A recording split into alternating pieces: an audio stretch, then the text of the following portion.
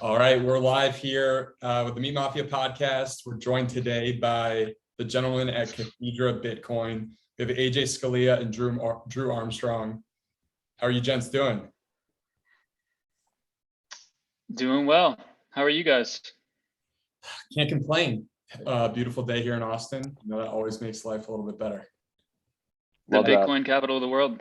Yeah, I feel a little bit outnumbered because it's 3 Virginia boys and one Jersey guy. So. Yeah, we should probably start off with a disclaimer that we have 3 Virginia gentlemen in the house. This doesn't happen often, but yeah, so lots of. I'm highly outnumbered. I'm highly outnumbered. I might add 3 Virginia emigres. We all refugees that escaped the Old Dominion for greener pastures. Starting the new Old Dominion. Exactly. Yeah. And Drew, you said you're based in New Hampshire right now, right? Correct. I'm in northern New Hampshire, fairly close to Mount Washington. It's even a beautiful day here, which is shocking, seeing as a warm day during the winter is about 20 degrees Fahrenheit. So we got 60 degrees in the sun up here. Love it. And AJ, how about you? I'm based in Montana. So yeah, probably not much warmer than where Drew is, but yeah, we also got sun and warm weather here today, so can't complain. Well, our connected story started about like a year ago when I think AJ, we had met once before through a mutual friend. Shout out Bobby. But we had met once before through a mutual friend, and then last year we met up at the Bitcoin conference. I remember we were talking about all things Bitcoin, everything that Bitcoin touches, had a few great conversations, but then we reconnected through Twitter, and our anonymous accounts were kind of lurking around, putting out some content, and we lo and behold, cross paths again.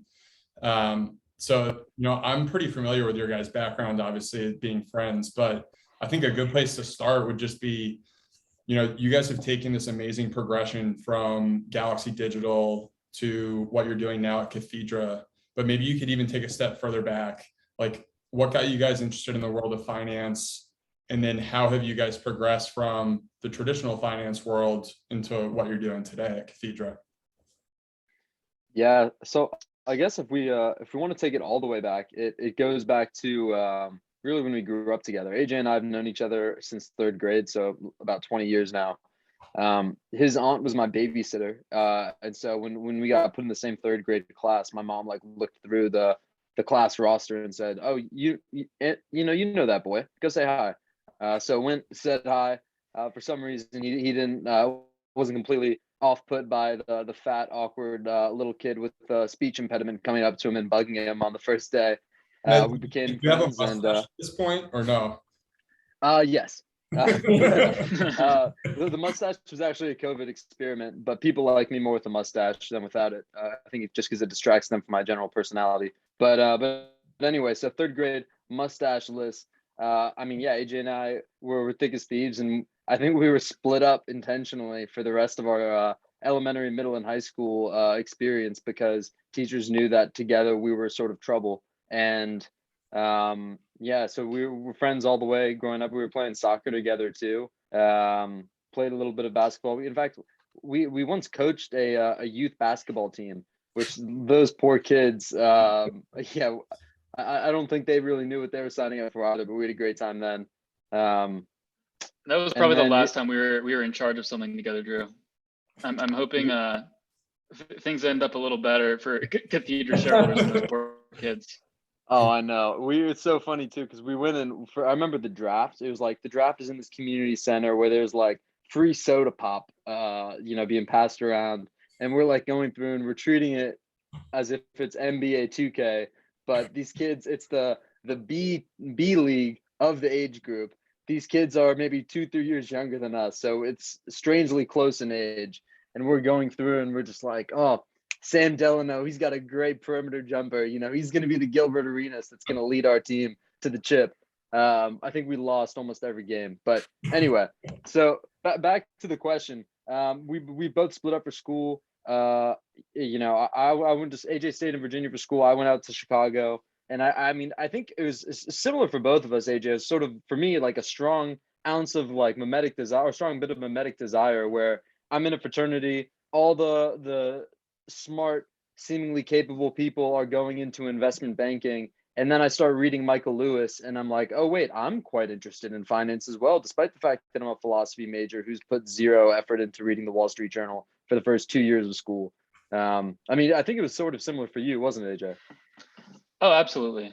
I mean, I'm like a completely different person today than I was in college. And not that I'm like particularly thoughtful now, but back then it was just like, all these older guys that I like look up to are going into investment banking and making six figures out of school. Like, that seems like a great idea. Oh, yeah, I'll do that. So that's what I did. Yeah. I graduated from William Mary, ended up going to work for JP Morgan, doing investment banking. Drew graduated from Chicago, was working at Barclays doing the same. And yeah, it doesn't sound like either of us gave a whole lot of thought to our particular career paths at that point. Yeah, and it's funny too, because the mimetic desire can change pretty swiftly. I think AJ actually had studied finance in school, so he had actually devoted himself to sort of learning what would be very useful for that job. I went into college. I went to Chicago and I wanted to be a writer when I first went in. I was studying philosophy. In fact, I almost transferred to go hang out with AJ and because Chicago winters are pretty cold and I definitely had a vitamin D deficiency. And yeah, it's funny, you realize that you see all these other people doing this thing. It seems sexy enough, going and living in New York and making good money. And then you wind up in the seat and you're just like, what was I thinking? But I think fortunately for both of us, Bitcoin fell into our lives pretty closely after we started on the desk, because we had both started summer 2017, numbers going up, obviously. And when you're looking around at this world sort of devoid of meaning in a job that is completely meaningless, but nonetheless brutal, you're sort of looking for beacons of hope. And then Bitcoin happened to attract both of us, even though, I mean, for me, it was definitely about just number go up at first, but that was sort of the red pill that dragged me into it and learned more and more. And honestly, going and hanging out with AJ and his wife up at their apartment on weekends to watch soccer games. Could you guys unpack? Yeah. Could you guys unpack your first encounter with Bitcoin a bit? Because I feel like, having been in the space for a bit, I obviously remember my first encounter with it, and it's not something that you immediately, or most people don't immediately dive headfirst into it. So I'm curious, did you guys kind of dip the toe in and then dive in, or was there just like an immediate reaction to it where you guys knew it was something that was going to be around for a while? I wish I had a better Bitcoin origin story about, how it was like mining in my dorm room with free electricity or something like that. But it was very unremarkable. It was like, like many people, I needed multiple touch points before it actually like clicked for me, or I was curious enough to actually go and do my homework on it. So, I remember it must have been freshman or sophomore year in college when the Silk Road thing happened in 2013. That was the first I'd ever heard of it. I was like, oh, interesting.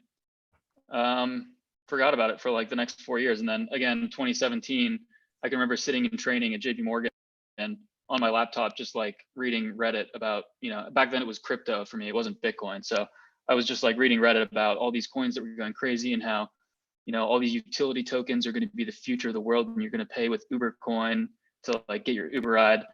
And at the time I was like fascinated. I thought that was like the best idea ever. And so it was really like number go up, as Drew said, that got me interested. And then I would say I was like still pretty curious in crypto for like the next year until the market completely fell apart. And then it became clear that everything I had been reading about for the last year, like 90% of it was a complete joke.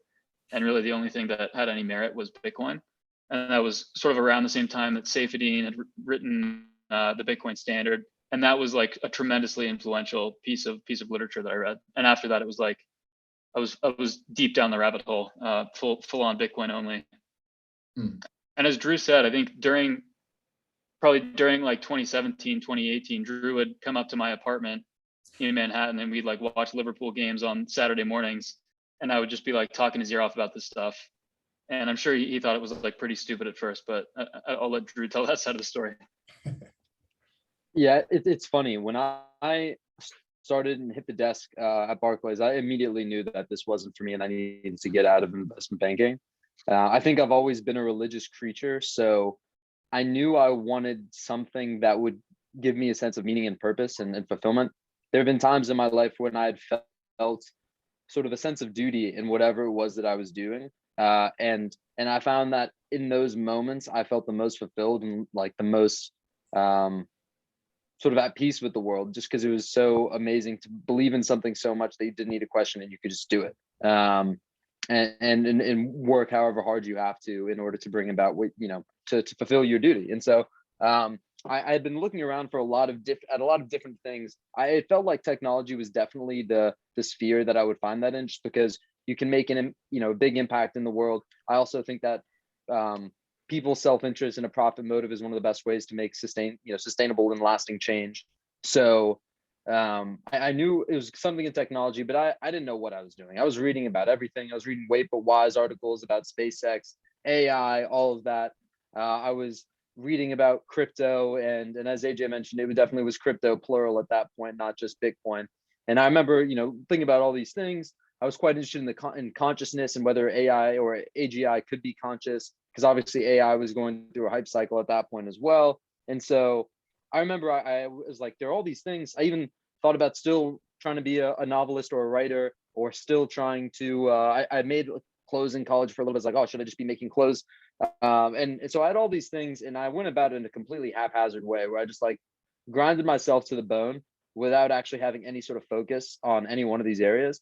And then eventually, things sort of became clear that like, where was I actually going to add value in the world, and what skill set could I bring to something that's actually beneficial? And over time, it became clear, I'm probably not going to be like a crazy machine learning or deep learning engineer. I have a great friend who's one of those, and my mind just works so different than his. My mind is relatively unstructured. So in having these conversations with AJ, I think also, speaking of mimetic desire, like seeing that one of my best friend and someone who thinks so deeply about things was also really interested in crypto, and actually it's quite related to my skill set from esoteric securitized products, or it ties into philosophy and economics in a much more tangible way than something like deep learning. It sort of became clear that that is where I should pay attention to. But again, I'm looking at security tokens. I'm trying to think about how we can use the blockchain to help artists and musicians earn money that they should from their music and from their art. And I remember the first time I went up to AJ's apartment, and AJ said, I think I'm a Bitcoin maximalist now. And I still remember when him and his wife had, yeah, exactly. And at the time I wasn't exactly saving money because I was pretty high time preference at the time. So I had a couple $100 in like ETH and Bitcoin and stuff. And this is like early 2018. I had a couple $100 in Bitcoin and ETH. And I'm just like, oh, maybe I should sell that, $250 ETH allocation that I have and then dump it into Bitcoin. So like not exactly high, sophisticated trading, but yeah. And AJ had one of those little sign things that he put when he put that old Bitstein tweet. What is it? Eat meat, lift weights, hodl Bitcoin. Yeah, it's like one of those like cutesy like felt letterboards that my wife will like write things on, and I always just steal the letters and write like vaguely Bitcoin related memes and other propaganda on it. So for a while it was Bitstein's famous eat meat, lift weights, hodl Bitcoins, and that was my motto for a couple of years. As simple as that. Sometimes simple works really well too. Totally. Yeah, the best memes are quite simple. But anyway, so fast forward, ended up becoming a maximalist as well. Ended up, there was a time where I was trying to save money to stack some sats because I was thinking about leaving my job. And I remember like I paid to sleep on my friend's floor. Paid like $800 a month to sleep on a yoga mat in their kitchen in New York, just so I could save some money, stack some sats during the bear market in 2018. So it ends up happening pretty quick. I think there's a point where you sort of, the stars align and you have the realization and you're just like, wow, okay, no, this is far more serious than I thought it was. I thought it was cool, but this actually is the most important thing in the world. Mm-hmm. Do both of you guys mind unpacking what was it about Bitcoin that made you both make the transition over to being maximalists? Hey, Jay, you go first. I remember it was probably early 2018 when the bottom of the market had completely, fallen out, and Bitcoin had crashed to whatever it was, 6,000, soon to be 3,000. Mm-hmm. I was like doing like a retrospective. I was like, I read so many white papers at my desk while I was like pretending to work at JP Morgan. Like I did all this research. How could I have been so wrong about all this stuff?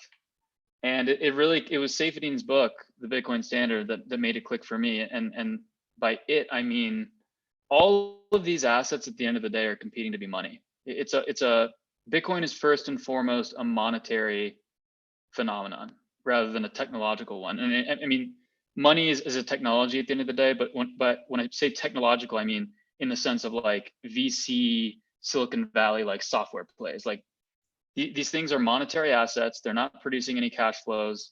They're all competing to be money, and money is a winner take all game.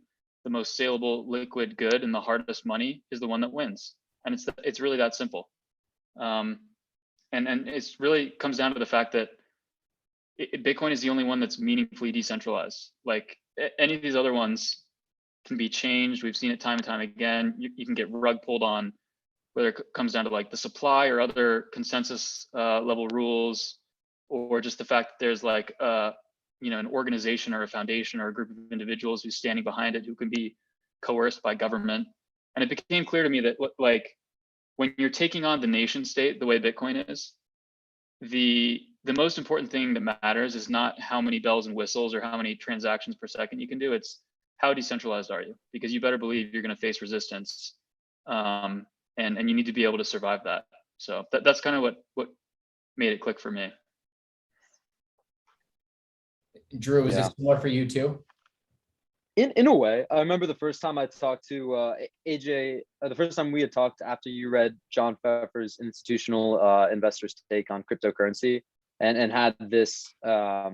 Maybe I'm butchering that title. I have a tendency to, but no, that's right. It's an institutional based investors. Yeah, something about crypto, but it was John Pfeffer. I remember that paper. Yeah, I think he came out in 2017, but I think we talked about it in like 2018, AJ. And I think it's very simple when you think about if all these cryptocurrencies are just money and they're competing to be money. I think there's that analogy of, you walk into say a carnival or a fair and you buy these tickets or tokens so you can go use them at the fair. You don't want to take them with you after the fair. You want your money. You want your money back. You don't want to have to just like manage a diverse, complicated FX portfolio on a day-to-day basis. And that world, by the way, that's why money exists, right? Because we don't want to have to manage all these exchange rates all the time. Right. A world in which you have a million different coins that you're exchanging into one another all the time for each of these different services you're using or whatever, even if it is done in an automatic way, it's like, isn't that just barter? Mm-hmm. Right. There's a word for that. It's called barter. You've reinvented barter. But I think so that I remember those conversations and that was helpful in me coming around as well. But I think what really got me in the end was just the realization that Bitcoin is just a better religion. It just has a better religious narrative. There isn't this organization that's treating it in a self-serving way where they've established this treasury that they then dump on retail and call it revenue. Not to throw too many shots at XRP during the pod, but I think at the end of the day, Bitcoin has this immaculate conception where Satoshi creates this thing, puts it into the world. It is permissionless. Anyone can join. Anyone can mine with their laptop in those early days. There's even free faucets where people are giving them out. And it is just through this collective belief in the importance of this technology or interest in this technology. It is entirely organic, and its growth was entirely organic. It has never been truly co-opted by a industry group or by a company.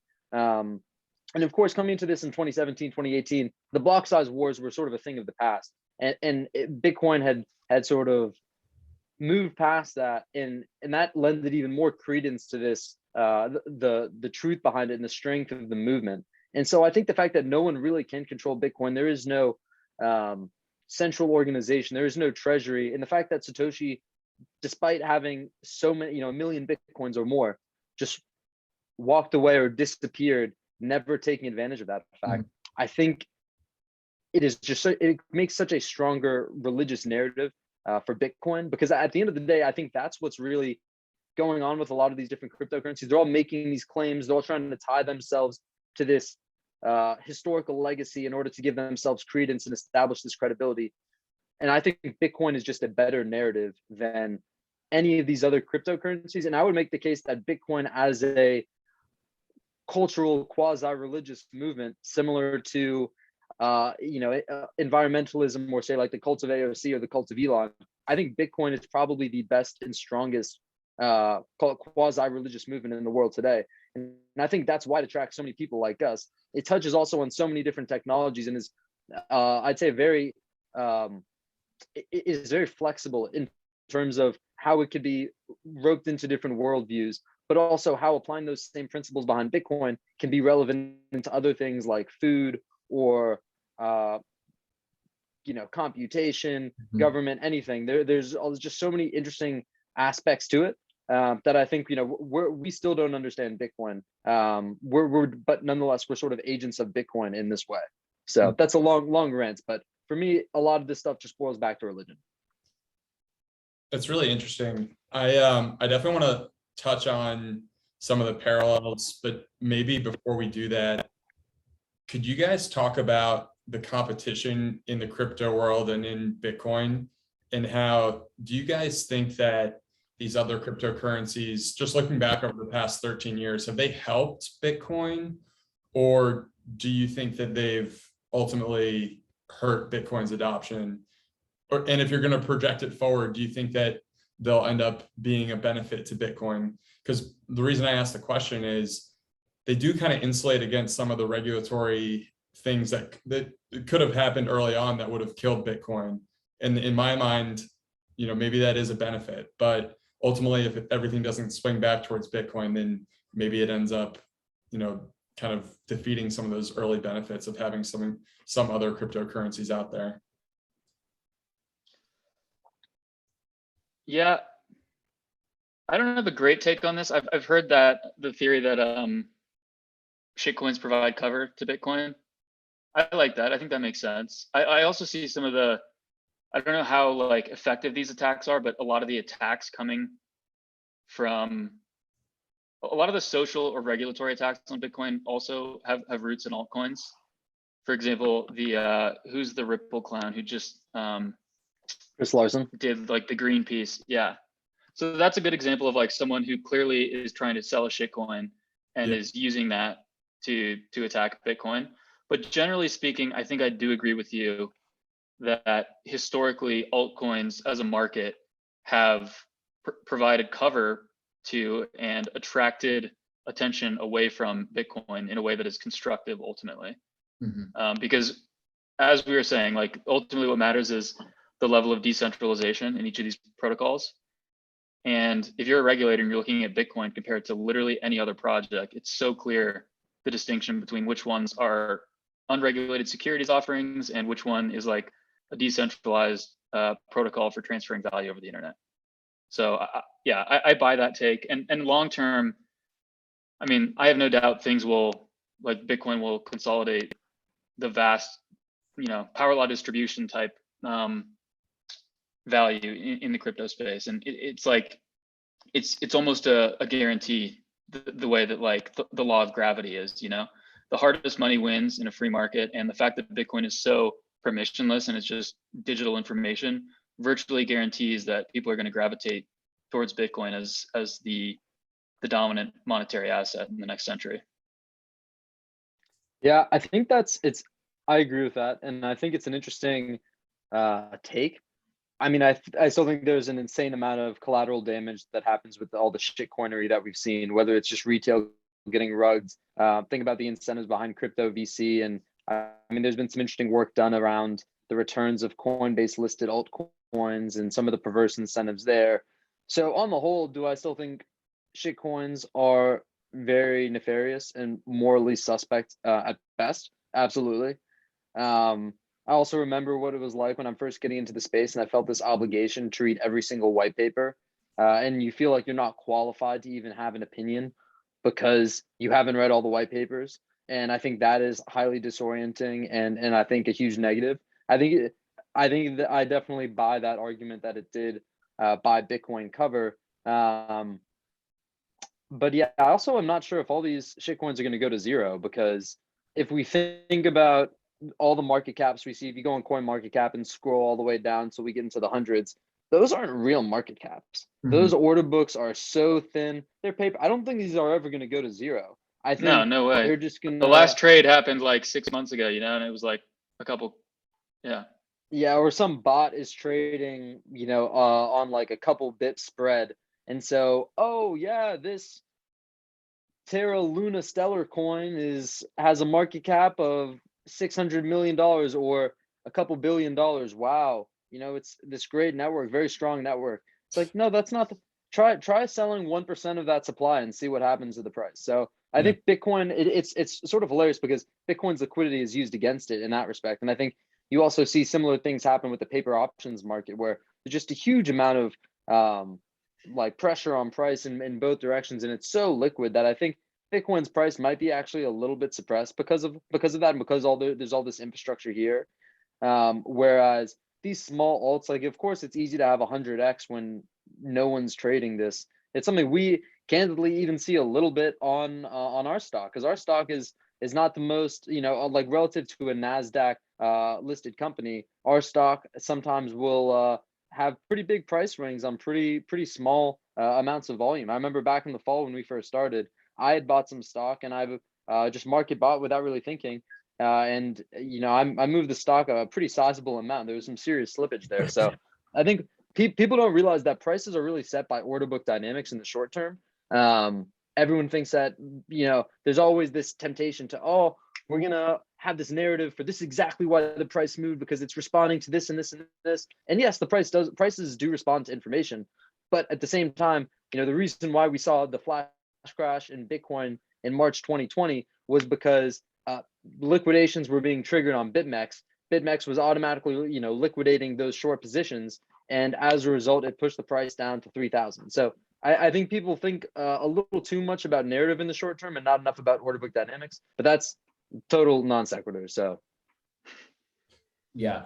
And boys, I don't mean to jump around too much, but you just reminded me, I would love to just hear a little bit more about just your story, just the progression of getting out of those banking jobs to where you are through the formation of Cathedra. Because when I've listened to multiple interviews that you guys have done, I feel like you guys are really answering the calling, and there's a really strong mission that you guys both have where you're genuinely trying to make the world a better place. Like, I feel like that comes out so true to your core in your interviews. And Drew, I think you touched on how, like, you were a philosophy major, and at Barclays, you immediately knew that it wasn't the right path for you. So I would love to just learn a little bit more about, what made you guys realize that Bitcoin was answering the calling, and what led you guys from banking to where you are now as, co-founder of this public Bitcoin mining company.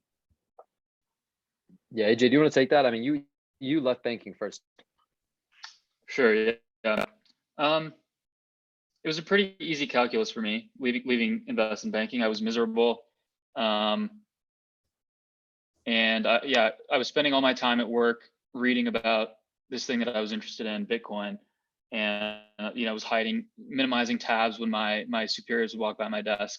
So I was like, yeah, might as well leave and do something a little bit closer to this, because it's all I can think about.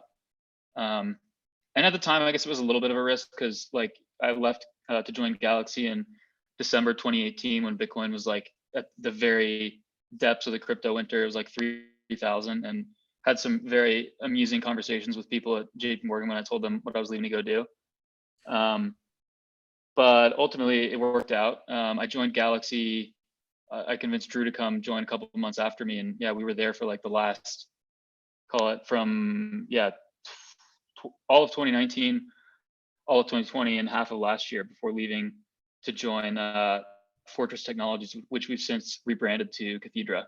And for me, I guess the mission, I don't know, like one thing you hear a lot of Bitcoiners talk about is this meme, Bitcoin fixes this, and how, Bitcoin fixes everything. It's a meme and it's kind of a joke, but it's also like not really a joke at all. And I actually completely agree with the spirit of the meme, which is to say, almost everything is downstream of money.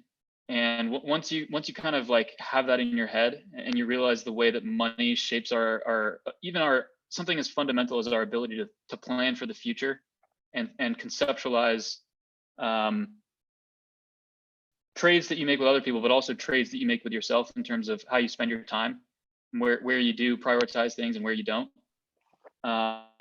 It's hard to not think that fixing the money is gonna lead to a better world, whether it's fixing things like the food system or in my case, I've always had like a bit of a libertarian bent, and so like taking the money printer out of the hands of government, I think is like a very, very important thing to do, and it's going to be like a long-term benefit to humanity for sure.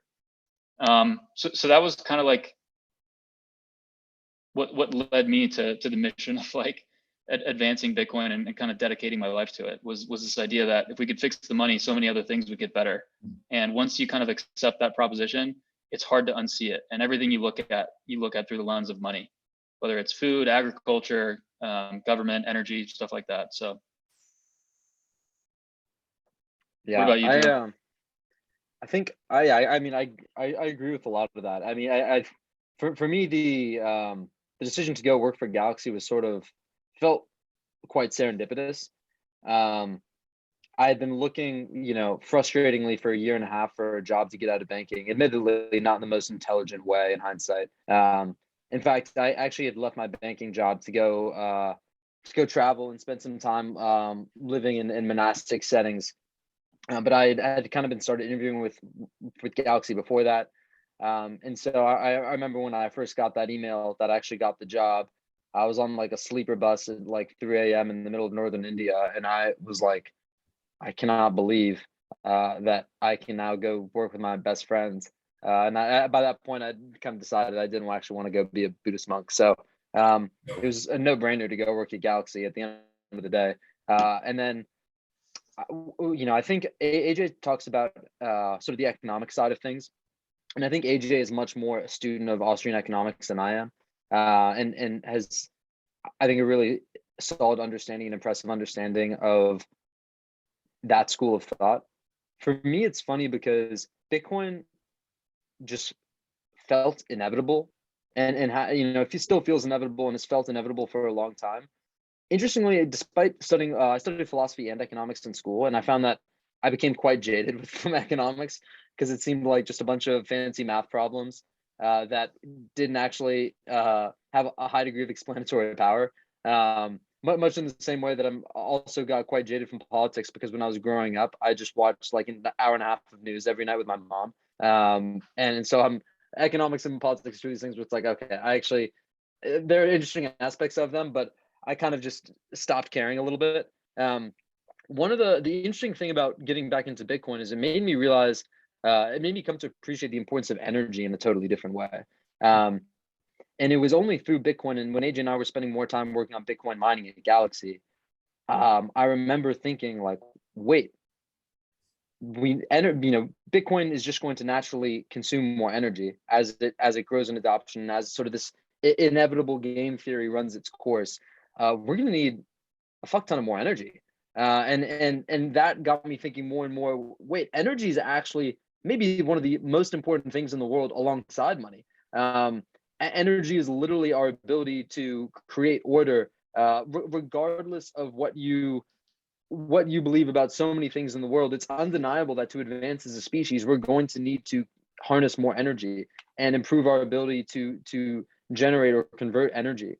And so it was around that point, shortly after starting Galaxy, that it sort of dawned on me that, my grandfather had worked in the Manhattan Project. My mom grew up in Los Alamos, New Mexico. There was always this like nuclear sort of subplot in my life. And that was a point where things started dawning on me. It's like, wait, nuclear is the most dense form of energy generation that, you could go decades potentially without refueling a reactor. Like, this is a highly important technology, and Bitcoin is sort of this, Bitcoin mining in particular is this other perfect technology that could complement it so well in terms of helping this stable generation source be flexible and responsive to civilian needs. So I think for me, Bitcoin and energy, as soon as they became tied, it became clear that I just couldn't really work on anything else in the world because nothing was this cool or this impactful. And so, you know, AJ talked about how in the summer of last summer when we left, AJ had left a little bit earlier on. I stayed with the transition, and originally we were just gonna, you know, hang out and then go start our own company. You know, after we'd had some time to decompress, and then of course, you know, the week after I leave, AJ gets a text from Marty Bent asking, how would you feel about being CEO of a publicly traded Bitcoin mining company? Next thing you know, we're all getting beers in the Dallas suburbs at the BitBlock Boom conference, drinking Coors Light on like a Thursday, Friday afternoon, and kind of hatching this whole plan. And so it was sort of hilarious how for the second time, you know, you just leave a job to go pursue something that you think is important and that you care about, and then everything works out. So I feel really fortunate that everything panned out the way it did, but it's crazy thinking now that we're coming up on nearly 8 months of us being in this seat. But we just spent so much time thinking about Bitcoin mining before then. It's funny how understanding Bitcoin mining and thinking about the economics of Bitcoin mining and the strategy of Bitcoin mining hasn't really been the hard part of this job. The hard part of this job has been dealing with a volatile market and being a publicly traded company, or you know, trying to structure certain deals and, you know, scaling an organization, think about how to work with a large group. You know, AJ and I had never really had people working under us before in our career. And so there's been so many other aspects to this job that have been really challenging and we've learned a lot from. But it's funny, we were just Bitcoin mining nerds for the longest time before. So in hindsight, that hasn't really been the hard part of this job. Has it lived up to your guys' expectations? Like when you were making the decision until now, are you guys, you know, where you expected to be, or has it sort of exceeded everything that you were expecting? I mean, I get to run a publicly traded company with my best friend. Like, I can't imagine what else I'd be doing. Yeah. I mean, I was about to say, like, Bitcoin's not at $1 million yet, but otherwise, yeah, it's been pretty great. Yeah, it's been a pretty, like, I don't even know what I expected at the time, because as Drew said, you know, we're like two 26-year-olds, had never even managed anyone, let alone like run a public company. So it's tough to even say whether it's exceeded my expectations or not, but it's been just an incredible ride. Like, I forget where I heard this, but someone in describing entrepreneurship was saying how, you know, the highs are incredibly high, the lows are incredibly low. And I think that is just like the perfect way to characterize it. Like on any given day, I'm feeling like we're gonna be, you know, the largest company in the world within 3 years, or it's like, oh God, like everything is like falling apart, blah, blah, blah. Even if it's just like something incredibly, you know, benign or inconsequential that's happened. So, but I think that's AJ, part of like, that's like part of what I think is our competitive advantage, which is to say, like, we have real soul in the game here. We're not a couple of suits who like left our jobs because we saw we could raise a couple $100 million and have our own Bitcoin mining company. This is like, we'd be doing this whether or not we were in control of a public company, even if it was just raising, you know, $500,000 from friends and family and trying to plug a couple machines into like wherever we could find the cheapest power. So Yes, Yeah. part of the thrill is like the skin in the game creates that real alignment. And then when you know that what you're doing is backed by such an amazing asset and something that's so futuristic in a lot of sense, I can't imagine the conversations that you guys have as you guys are building this. It must be a lot of fun. Yeah, it definitely is. And I bet it's funny, as AJ talks about, like in the first couple months, we'd have some investor calls. We were talking to these prospective investors, and we're like giving the pitch. And it's like, what really is the pitch? Like, we think we're smarter than other people. Like, that's really, at the time, that was kind of the pitch. But of course, it's like, no, oh, we have all these great strategy, yeah, all this great stuff. And like, now it's nice that we actually have done stuff and we have stuff to show for it, and we have a track record we can point to. Like, we're actually building some stuff. And I think you know, we've had some good success in a lot of different areas of the business. But also I have to imagine, like, I mean, personally, when I think about the experience of being in this job, it's crazy to wake up every day and think, wow, there's literally nothing else I'd rather be doing in the world. I mean, some days I think I'd love to be on the beach right now, but thinking that there's literally nothing I'd rather be doing in the world, there's no better use of my time than this. And I imagine it's something you guys must be experiencing as well with what you're building, because when you find something you are passionate about like that, and you're working on it, I imagine when you guys are working on a lot of your projects, it's not just this homework that we were assigned in past jobs. It's, oh no, I think this should exist. No one has really made this thing exist yet. So it's I feel the sense of duty to bring this into existence and to make it the best I possibly can. Yeah, it's like how you guys were talking about when you were both working banking jobs. You were just reading white papers on your own time because you were so infatuated with it. That's like what we were doing, reading about the carnivore diet and these different approaches to nutrition. Mhm. It's like we would be doing this shit for free, let alone with my best friend. It's like I feel like there's a lot of parallels between our story. And that actually kind of led me to what I wanted to ask you guys. Do you feel like the fact that you guys are both best friends, do you think that's helped push you guys forward in 8 months? Because I don't know if you feel like this, but when people find out that Harrison and I are best friends, they'll be like, oh, you really got to be, like, they love to tell you, like, oh, you got to be careful of working. Yeah. This is different. And the way that we look at it is, it's like, I couldn't disagree more, because I feel like That advice is bullshit. Yeah. it's such bullshit. It's like you trust each other more than anyone else. I can say shit to him that I would never be able to say to a normal coworker. So I'm just curious if you guys find it to be similar with what you're doing at Cathedra. 100%. Yeah. The fact that we know each other so well, like the communication that we share is so lossless, like in terms of the quality and the signal. There's just no noise. Like, we know each other so well. I know all of Drew's like personality proclivities, we'll call them. He knows mine.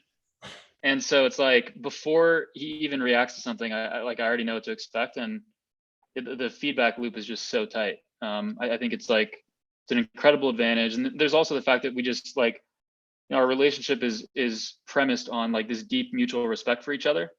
And so like, I would never do I will always prioritize our relationship over,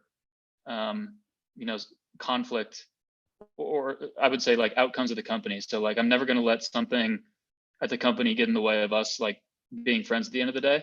And I think like that sort of respect, people can sense it within the organization, and they can also sense it when you're interacting with people for the first time. And I think like the fact that we go back to 3rd grade, that is like that's some high signal shit right there. Like when we meet people and they hear it's like you're more likely to trust someone who's like married with kids, because it's just like, it shows that they're like a socially, like, I don't know, they're not like a sociopath or a psychopath. And so the fact that like we've been friends for 3rd grade and can still tolerate each other, I think is like probably positive signaling to people who meet us, and it's like a good story. So yeah.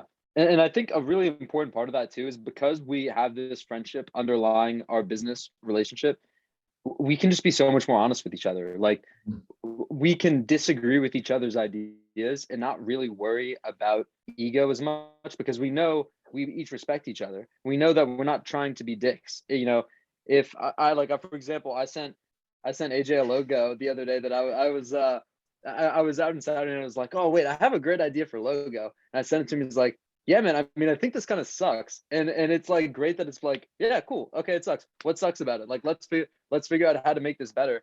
And if think about someone who you're less familiar with, there's this sort of awkwardness where it's like, how do I tell them it sucks without being a dick? Because it definitely sucks, but I don't want to hurt their feelings. And so it's nice that we can have that. And as AJ said, we know each other's biases, we know each other's proclivities. So we can be on a call and be, messaging on Signal in the background and just like understand sort of immediately based on a quick heard message, sort of where the other one is.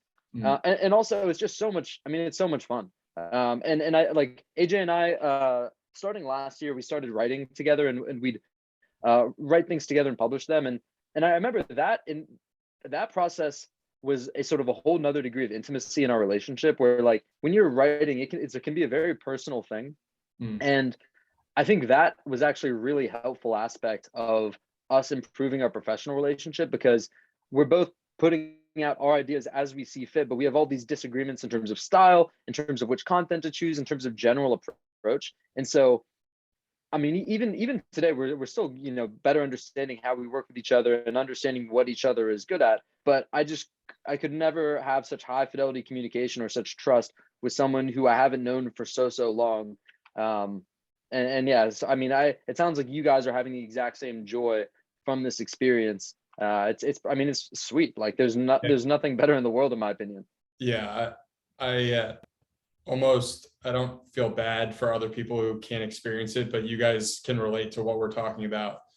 Like growing something with someone who's you're as close to as your best friend, and also the amount that you're learning together about, you know, putting your ideas out there and seeing if they can gain traction, and seeing if, you know, I think you guys probably have experienced this in your writing, but, you know, your minds can be pretty disorganized, but then when you try to put it on paper and put it out there in a way that gets people's attention, it really does demand like 2 to 3 more degrees of focus to get it so that it's palatable for other people. And it's not just like you writing down scribble. And like, I remember the first time we were really getting into the writing, like Brett put together this amazing piece on his journey curing his colitis, and he shared it with me.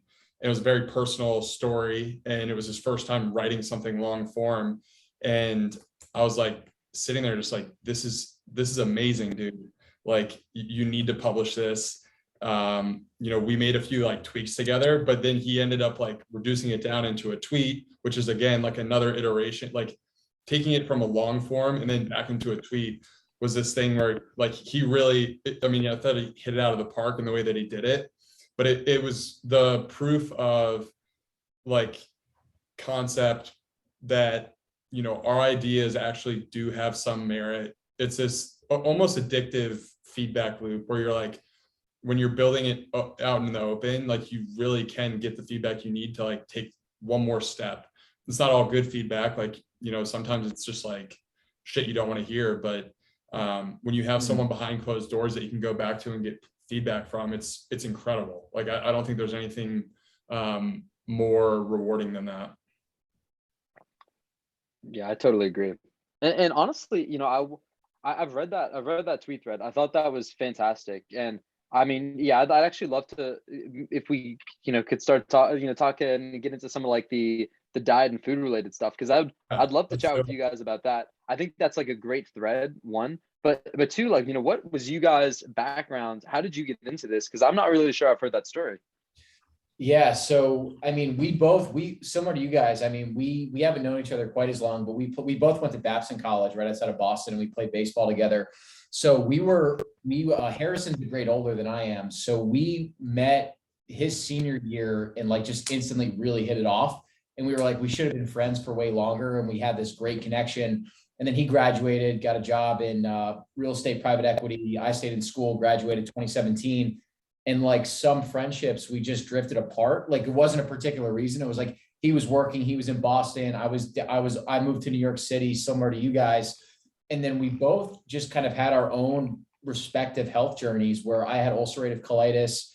I started cooking all my meals. I started getting into this carnivore diet and ended up getting off all my medication.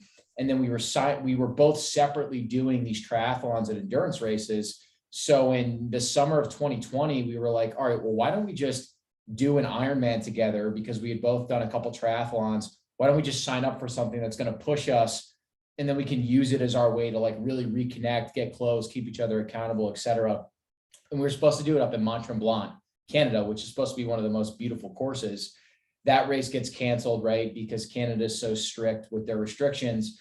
And so we rolled our credit into Ironman Texas. So as part of that experience, we were like, I remember we were like on the phone debating on, you know, should we get an Airbnb? Should we do it for a month? Should we do it for longer? Should we do it for shorter? You know, we both had girlfriends at the time. We didn't know how they were going to feel about it. And we ended up just getting this Airbnb for a month. It ended up turning into a 3-month trip. And Drew, you're talking about this concept of energy. And it's like one of the biggest life hacks, right, is just being able to live with someone that really gets to push you, because it's like both of your energies are feeding off of each other. So we're both like cooking all of our meals, we're training, we're sharing recipes, Harrison's starting to get into the regenerative agriculture space. He starts writing for Texas Slim, and he's really the one that opened my eyes into soil health, how disconnected we are from buying from our local farmer. But I had my own nutritional journey. So that's what I think is happening for a lot of people in this nutritional Twitter space. Mhm. Right? It's like you have your own health story. You realize that the body's regenerative. These dietary inputs matter so much. And then you kind of take it that level further, right? And you're like, all right, well, where am I sourcing my food? And you start to pull back the curtain on big food and the illusion of choice, where there's 45,000 products in a grocery store, but they're controlled by 10 companies that are all publicly traded. So incentives do matter, but it's a little bit of a tangent. And we just left this experience in Texas saying, we need to just find a way to work together. To the point where we didn't give a fuck what it was. We were like, let's sell personalized cups on Amazon. We don't give a shit. Like, we just want to work together. And then because Harrison was writing for Texas Slim, we both just started writing Twitter threads into this nutrition space. And it's just naturally evolved into what it is now. So it's like, we would do this shit for free. And now we're kind of in phase 2 of the Meat Mafia, where, we want to turn into a business. We want to be doing this full time. But the purpose has always been to just provide as much information into our food system to people as possible and help them reclaim their health. Yeah, I think maybe to just add on top of that, I think like the reason that this group is talking today has a lot to do with Bitcoin and what Bitcoin represents. So for me, I got into Bitcoin in 2020, and what spoke to me most was the decentralization of it and the incentive structure that it promoted. And the parts of my life where that was most obvious, or areas that I was paying most attention to, was the food system and how broken that system had become. And once I came across Bitcoin, it became clear to me that a lot of these things, as Drew said perfectly, flow downstream from money. And the closest layer to money, in my opinion, outside of economic energy, oil and gas, or probably on top of and comparably similar, is food. Or actually, Food is energy, right? Yeah, I would Same actually thing. put food inside of oil and gas, because people would, if you're creating a hierarchy, people would need food before oil and gas. So yeah, I think that for me, when I started making realizations, it's a oddly similar story. So like at work, going down the Bitcoin rabbit hole, really, like, my belief in the concept of Bitcoin was growing by the minute, like watching YouTube videos nonstop, and then realizing that the way that I can make these principles align in my own life, and I can actually go start creating something that will be helpful if Bitcoin ever does become what I think it will become, was in the food system. And so I was sitting there at a real estate job, and I'm just like, I got to make a change somehow. I'm really interested in what's happening in regenerative farming. And then, at the same time, Brett and I are doing a bunch of stuff together, physically, and we're eating the same way. Like, we both really think that there's a lot to be said about moving away from the processed foods that have just been, we call them fiat foods for the Bitcoin community. Yep.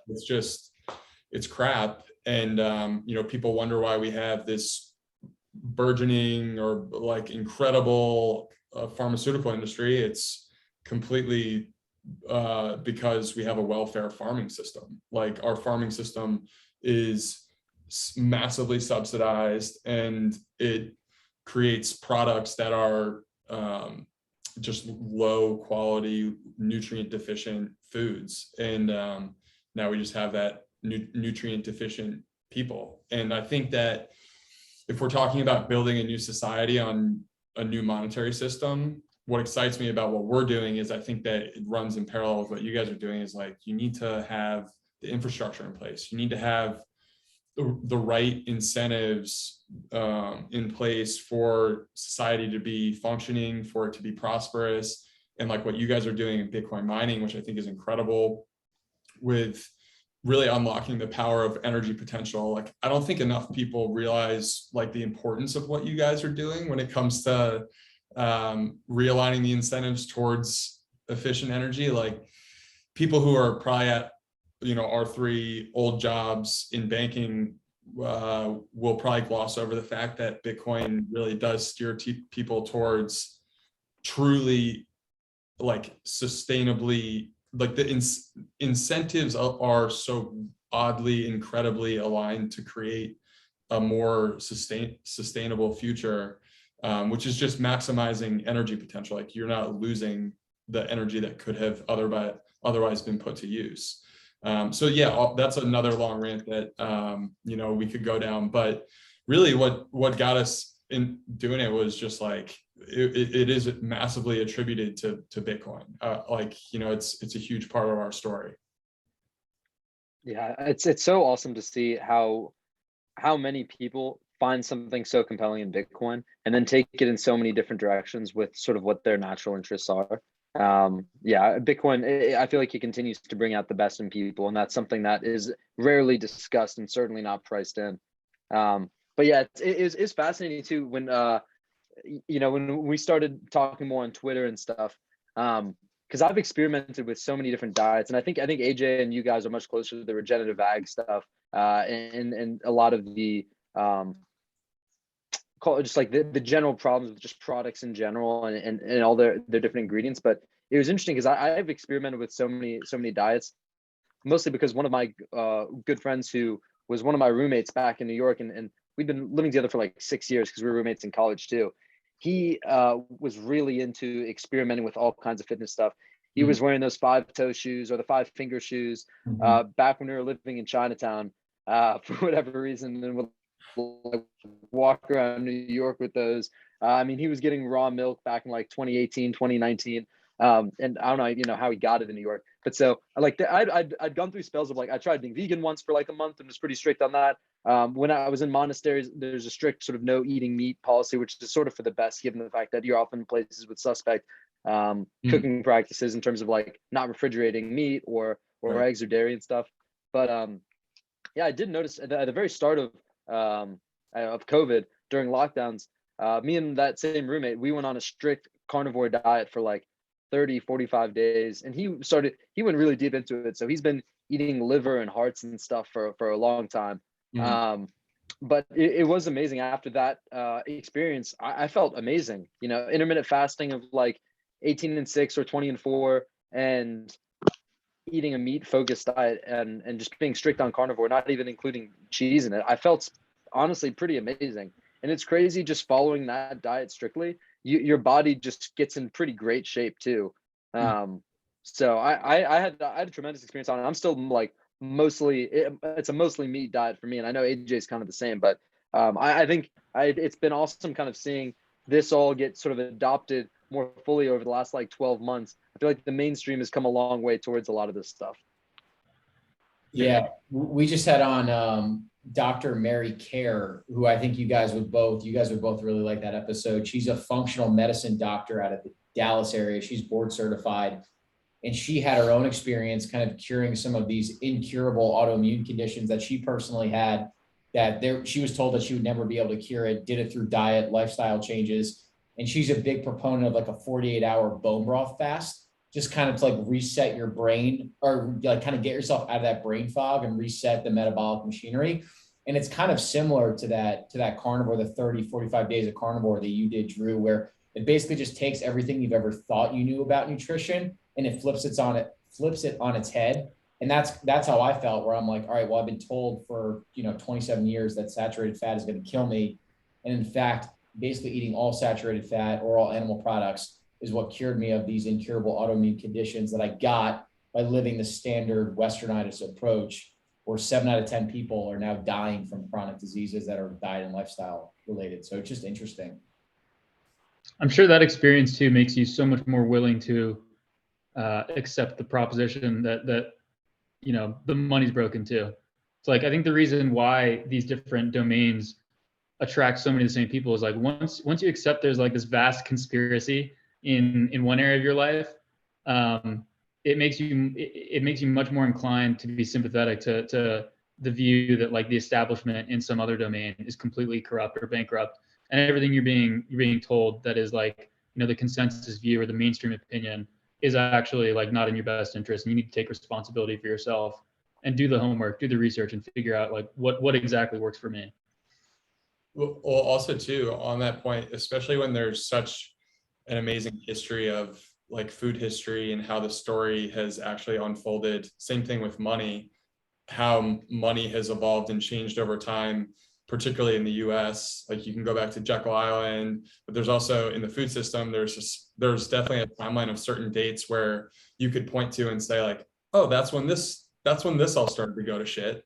So I think it's cool just being able to, you know, have that mindset where it's like it shifts your paradigm, and then you start going, as you said, AJ, like going down the rabbit holes and seeing all the different areas of where things have gone awry. AJ, you've been carnivore for a while, right? Yeah, I'm definitely not strict carnivore anymore. I'm more like I'd say I'm like Paul Saladino style, like animal based, where it's not all meat all the time. It's like meat, dairy. I'll eat like, you know, seasonal like fruits, honey, stuff like that. So I'm not like completely carb free, but Yeah, I found that I feel my best when I'm not eating certainly refined carbohydrates, but like bread and other like, yeah, stuff like that. I try to stay away from. yeah, I think that's very similar to how we eat as well. And it's really funny, like once you get away from all the processed foods and you start to experiment with some of the stuff, like you know, even if it's just intermittent fasting or just I'm curious your guys' experience with the organ meats too. But you know, like the first time I had organ meats was within the past 12 months, and you know, I had some of this liver, and it's a euphoric feeling. Like the nutrients that you're receiving from that piece of liver is unlike anything I've ever felt from like consuming food that's not like, you know, like supposed to make you feel that way, like drinking beer or like something like that. Like I literally just had this like brain energy that was unparalleled to anything that I felt before. So I'm curious, have you guys gone down the liver and organ meat rabbit holes yet? I have, yeah. I'm a big liver proponent. So I do like I had that actually I don't know if I ever tweeted out a thread for like my homemade like beef organ pills. You know how like no, dude, there's all these companies you've been holding selling back me. on us? Yeah, I'll have to do that. I remember I tweeted about it one time and I got a bunch of engagement on it. So I was like, oh shit, I guess I have to like do a thread on this. But yeah, we make our own like, you know, dehydrated beef liver capsules. And so I like try to take those if I don't have fresh organ meat. But I mean, I love like fresh liver, kidney. I'll even do a little heart sometimes. I shot a turkey this past weekend. Nice. And I was able to eat the turkey liver earlier today, which was awesome. So yeah, big fan of liver of all kinds or organs of all kinds. Yeah, it's funny. I haven't gotten to the point where I like make liver myself. I think the first time it was back during like, you know, 2020. My roommate Colton, who by the way, I think I want to introduce you guys to him because I think he's much more into this sort of fitness and biohacking stuff. In fact, he recently quit his job and he's now biking through every state in the country right now. So just doing like stealth camping and warm showers and stuff. But he's a legend. And so I remember like in 2020 or something, he's like, hey, try some of this. Well, what is this? And it kind of smells gross, but I tried some of it, and the texture of like liver the first time you have, it's like, what the hell? There's something really off-putting about it. But so I would have liver with him sometimes. And you know, I get it. But I think for me also just I was like, I'd rather just have like a brick of ground beef, honestly, than to go and eat some of that liver. So a lot of the stuff I haven't fully gone down the rabbit hole. Like what's my diet these days? Like I basically do like eight intermittent fasting, like 18 and 6 or 20 and 4. Eat something like a little in the afternoon, then go work out, and then I'll have like a meat focused meal at the end of the day. And like I'll consume dairy and that stuff too. But if I'm being totally honest, I'll mostly just get whatever sort of steak is on sale at the grocery store, whatever meat's on sale at the grocery store, like ground beef. I'm comfortable knowing that I'm not fully optimizing, but it's tough for me because I'm always on the go now. So like I don't have a permanent place. I've been nomadic since August, and not having a kitchen and not having a routine makes it a little more difficult. But yeah, I think I definitely I've heard the praises and the benefits of livers and hearts sung for a long time. Yeah, I think what it comes down to is especially with nutrition, there's just a lot of different ways to skin the cat. And we try to not be dogmatic about any of this shit where it's like, yes, we've both gotten tremendous benefits from starting to incorporate more organ meat. We're really trying to push a narrative of building relationships with your local farmer. But like, to be totally honest, when I was going through my period of healing my stomach from ulcerative colitis, I was living in New York eating fucking supermarket meat for, that was on sale. That's corn finished at a slaughterhouse. And that's just a fact. So there's just a lot of different ways to skin the cat. And especially if it's like, Drew, you're on the move, you're running a publicly traded company, the ability to, do the 18-6 and make 2 pounds of ground beef a day where you're cooking for 15 minutes total and you're getting a bunch of great protein and amino acids and nutrients, like that's exactly what you need. And then maybe at some point you do more of the regenerative stuff or you mix in some fruit or this is progression. It changes over time. Totally. And it's also funny because it's like, I would love to shake my rancher's hand and buy from like a local rancher, but if you don't have a freezer, there's not that much you can do. And so like earlier in the fall, before I even had like an apartment that I was renting, I mean, it's like, hey, what's a cost effective way to just get food? Especially if you're doing intermittent fasting and need a lot of calories. It's like, I'll go to McDonald's and just get some patties. And it's certainly not like the cleanest meal in the world, but it's far cleaner than a lot of stuff. But I think you touched on something before that I think is really interesting. We talked about just cutting out processed foods and a lot of highly processed simple carbs. And I think that's one reason why a lot of people also have very positive experiences on a vegan diet or like a clean vegetarian diet. I personally like leafy greens and vegetables. I know AJ doesn't, but if you go from a diet of like the traditional American diet we were raised on, which is cereal for breakfast, a sandwich for lunch, and then like, I don't know, burger and fries for dinner. Like if you go from that to salads with like, clean organic vegetables and fruits, that also, it doesn't surprise me that some people rave about that, saying just the relative differential in like the quality of the ingredients. Yeah, the elimination diet is definitely powerful and it can come in a few forms, but you have to be eating real foods at the end of the day. So it's either going to be more of an animal-based or a vegan, vegetable-based. And that literally just points to the fact that like the food system is creating stuff that is seriously affecting the way you feel on a day-to-day basis if you're eating that highly processed food. So I think it's a good point.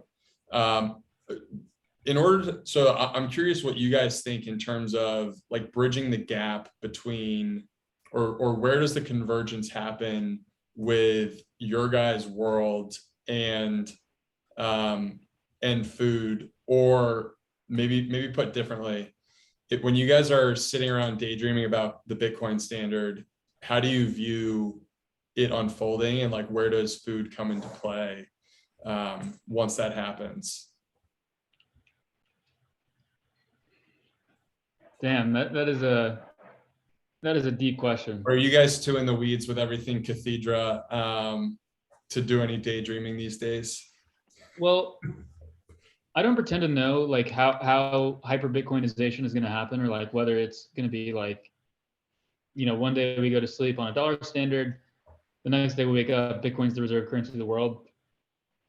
I mean, I do like, I buy into the whole like sovereign individual thesis, which is to say, I think Bitcoin and technologies like Bitcoin, so encryption and other like digital technologies are a fundamental shift in the way like power can be exercised over people. And so we're entering a world where the individual has much more power relative to the state than he did in the 20th century. And so I think the implications of that are smaller governments, more decentralized, political structures, and everything that tends to go along with that. So more decentralized, food systems, supply chains, prioritizing sort of robustness and resiliency over the efficiency that we saw through like the globalization of the last 50 years.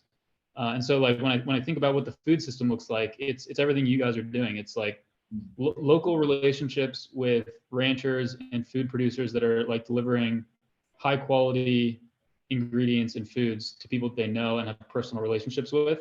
Because at the end of the day, it's like we were saying before, all of these incredibly destructive centralized systems that are sort of wreaking havoc on society today are all downstream of the money printer. And so when you take that away, there's no longer only 4, meat processing facilities that do 90% of the business or whatever it is, because they're not able to weaponize the state against the smaller producers. They're not able to benefit by cozying up to regulators and getting close to the money printer. It's the same with big pharma and like the medical industry as well. So yeah, in general, I just see like a return to a more decentralized future where people have closer relationships to their food producers and perhaps are even producing more of their food themselves. So yeah, I don't I know totally like, agree with that. over what time frame that plays out, but that's generally that's how I'm trying to live today, and that's how I think more and more people are going to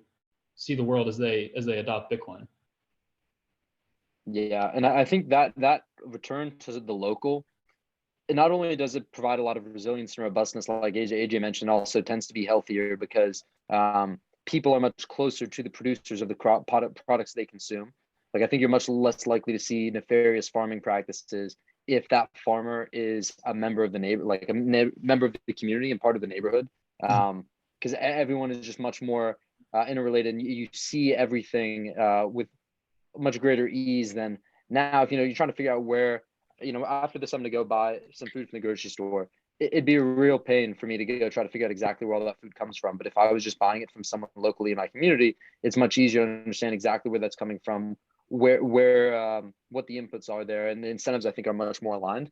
And I think along those lines, one aspect of what you touched on, AJ, I think people also get in the habit of consuming much more what's like in season and what's local to them. We've in the world we grew up in of, at least I think about Virginia and like suburban grocery stores where basically every food in the world is available year round. There's something sort of unnatural about that. And I think moving to a world where, you're buying things locally, there's seasons that you respect, you're buying apples in the fall. I think that just tends to lead to better outcomes for everyone. And I think that's also there's like, that's sustainability in a real sense, where it's like a community that's interdependent economically, but also we aren't just like shipping everything all over the world and completely outsourcing production here to some distant part of the world, then having to ship things over, then having the supply chain fragility that can break so easily, as we've seen over the last year or two. But yeah, I agree. That's a really interesting. You didn't phrase it exactly this way, but one takeaway that I'm getting from you right now is like sort of a respect for the constraints or the boundaries that nature places on us. 100%. In terms of like agriculture, health, diet, medicine, and also money. Like I think Bitcoin is a very natural money. It's a restorative technology more than it is like a progressive one, I think. Yeah. And so that's another thing that all these things have in common. Yeah, exactly. I think as our friend Kareem Helmy once said, it's like a back to the land movement. And yeah, I think I think all that just leads to like for me, a more beautiful world in many ways, where it's like some constraints of nature can be overcome. Just because they can be overcome doesn't necessarily mean humans are better off doing so. And I think the one last thought that I'd say is just by having this more local sort of world or localized world, that also just brings back the sense of like belonging and the sense of community that I think is so often lost in this disoriented world we live in today, where everyone's a transplant from some other place. None of us are really tied to the land in the way that our ancestors were. And I think that's a really important aspect of human meaning. Which one of you guys tweeted about Wendell Berry a couple months ago? That's probably me. Yeah. I'm a huge fan. I'm reading some Wendell Berry right now, and what Drew was just describing like resonates with me very much so. So yeah, I found a lot of his writing, particularly the Unsettling of America. I think if you're a Bitcoiner and you want to understand the layers of culture and agriculture, and then you can draw a parallel to how Bitcoin kind of aligns, or Bitcoin adoption aligns with like Wendell Berry's vision of what American culture would look like. I think it's an incredibly fascinating, and also just his views on it really like speak to what Drew was just talking about around like overcoming the natural constraints and how there are limits, and you might be able to overcome them, but can you sustain you probably can't. You can't. Like there's a reversion back to the mean, and like there is and I think that a lot of that is a really important conversation, because it's things that people don't necessarily want to hear, because it probably involves a period of giving up a lot of luxuries that we've grown accustomed to. But I think on the other side of the fence is like a really interesting, and as Drew said, beautiful world that is very modern, is the backbone of it, is potentially this amazing currency that promotes these decentralized incentives in communities and how we organize each other or organize our societies. Like, I think that world, if you can fast forward to it, is an amazingly beautiful place. What it looks like necessarily, I don't know, but I certainly think about that time period and hope that it involves like really consciously grown food and things that we talk about all the time. So I think that is kind of like where the rubber meets the road, where like Bitcoin and food kind of mix.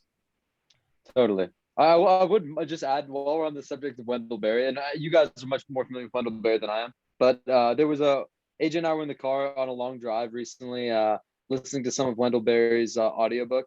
And it does, when it comes to energy, sounds a little bit like a Malthusian, a little bit. I mean, dude, he's like a self-avowed Malthusian. He would agree with that. Yeah, no, he would, likely true. But I don't know. Like, I think at the end of the day, we need not limit ourselves to the energy density of the sun hitting the earth, especially when you have things like uranium-235. I think that would allow for like an insane amount of like human prosperity if we had like SMRs distributed in these local communities too, because then we can sort of minimize the footprint we have on the land and free it up for other uses, in my opinion. I don't think you give his argument. I don't think you're giving him enough credit. That's likely. I think you would say there's like part of the centralization we're suffering from is the fact that like most of the tools that we use are not able to be wielded or serviced or maintained by the common man. And so I think that like part of his argument is like a moral one, or one about character, really. It's like if you're dependent on someone else for all of your energy or for all of your tools and your implements, how sovereign are you really? And what does that do to the human spirit and character? Which, I mean, in a lot of ways is perfectly compatible with what we do with Bitcoin, I think. But yeah, that's why I recommend, like, he's a good read for Bitcoiners, especially energy maximalists like us, Drew, because he like forces you to grapple with some pretty like sound arguments with respect to energy, I think. And I'm not sure how I feel about them, honestly. I'm just kind of playing devil's advocate. No, I think that's a fair point. There's few things I love more than dunking on an obvious, or it seems to be an apparent Malthusian. But I think you're right. There's certainly worth reading, or at least letting Ron Swanson read his words to me. Love it. One of the last things we wanted to ask you guys, can you just unpack just the significance of rebranding from Fortress to Cathedra? Because I know you've touched on religion a few times, but just curious if that's core to just the name and the brand that you guys have chosen for yourselves. Yeah, go for it, Drew. I was gonna say, I mean, I think, yeah, like AJ and I were kicking around ideas for a while, because no disrespect to former management, there are a lot of Fortress companies out there, and I think the one thing AJ and I knew we wanted to bring to the company from day one was just a sense of optimism. That we really we do think Bitcoin is an incredibly powerful tool, an incredibly positive tool, despite the bad press it gets. Much in the same way, we think energy utilization is tremendously positive. In fact, we think human development, civilizational growth, and human flourishing are all built on our ability to harness energy. We kicked around a ton of ideas. It was AJ that came up with the name Cathedra and added that to our list. And I mean, it was basically like a labor of love. We were we were going. I was living out of Montana for like the first month we were working at Fortress, and we were just. I think AJ's wife was certainly sick of us talking about work and tried to implement some strict work-life balance policies. But we were just kicking ideas around like 24/7 basically. And I think AJ and sort of part of the process, we were looking at like ancient Greek and Latin words that might speak to some of the themes that we think were important here. And AJ ended up coming up with Cathedra in the end. And it was funny because at the time it's like, I was like, oh, I don't know if that's like esoteric enough, or I don't know, people, it's just like so obvious. People are going to understand that it's like directly related to cathedral. And it's kind of, because a cathedra is the root word for cathedral. And it's kind of funny that in hindsight, people are like, oh, I guess that does kind of look like cathedral. They don't really, it's surprising. I guess, I mean, everyone's quite distracted these days, but yeah, I think as we often talk about, cathedrals, much like Bitcoin, were these multi-generational projects where humanity came together to build something truly beautiful and inspirational, sort of a testament to human ingenuity. And I think that's really exactly what Bitcoin is, and exactly what we're trying to do at this company is build a once in a generation, like a category defining Bitcoin mining company that really celebrates all of the things we think are so important about this technology. Yeah, AJ, what would you add? No, that's spot on. Like one of the other things that we have been really intentional about in the rebrand and just the company we're building is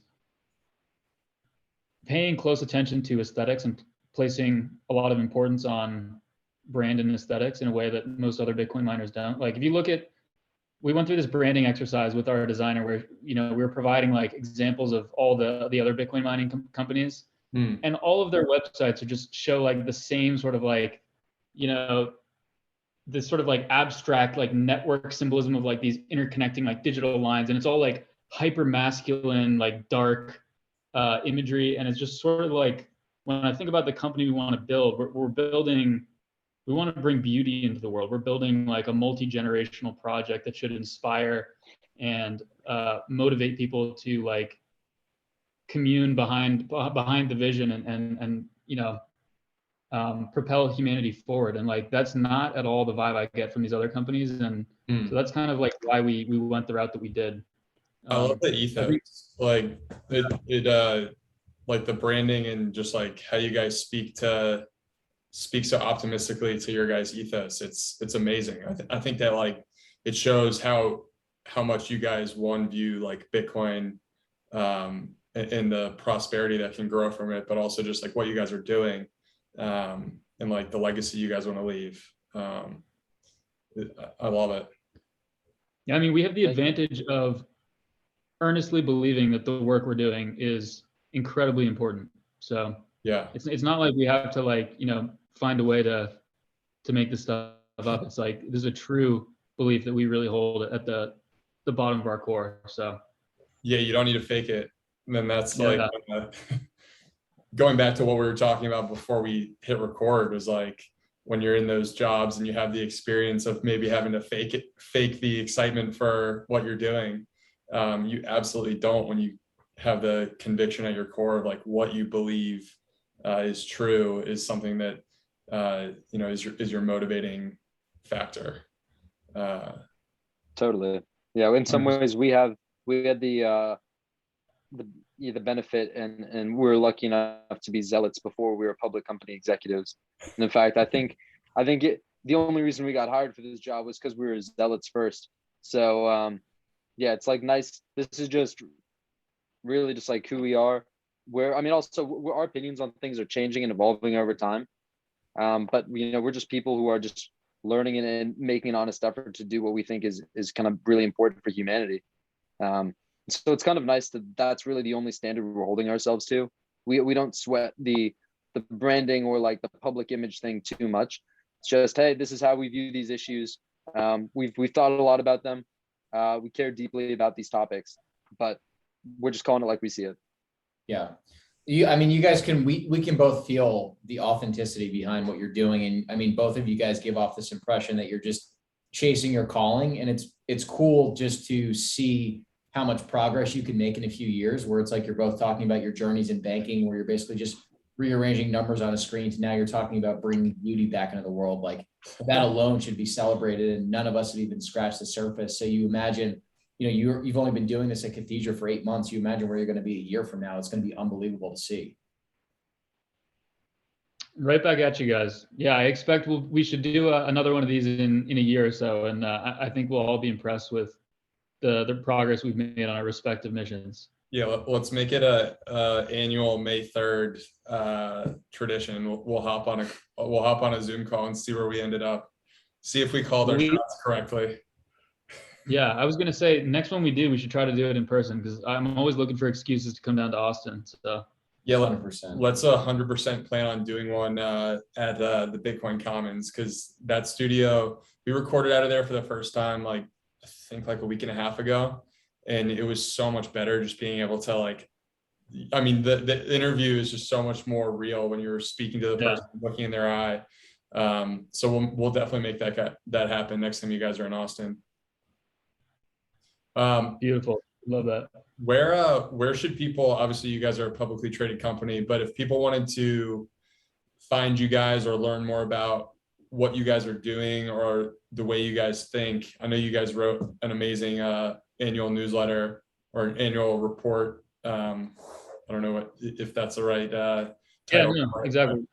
Letter to shareholders, basically. Yeah. Absolutely. So that's probably a good place to start. Yeah. So Drew and I, we published a letter to Cathedra shareholders about a month and a half ago. That's on our website. So cathedra.com, and then there's an investors tab that has our shareholder letter and a bunch of other info. So check us out there. We've got a company Twitter account at Cathedra Bitcoin. Drew and I are both on Twitter. I'm at AJ Scalia. Drew is, I'll let you give your handle, Drew. Yeah, at BTC_Buddhist. It's a legacy NIM account that I doxed myself on a few years ago, but yeah, one that I honestly consider changing sometimes, but follow us there.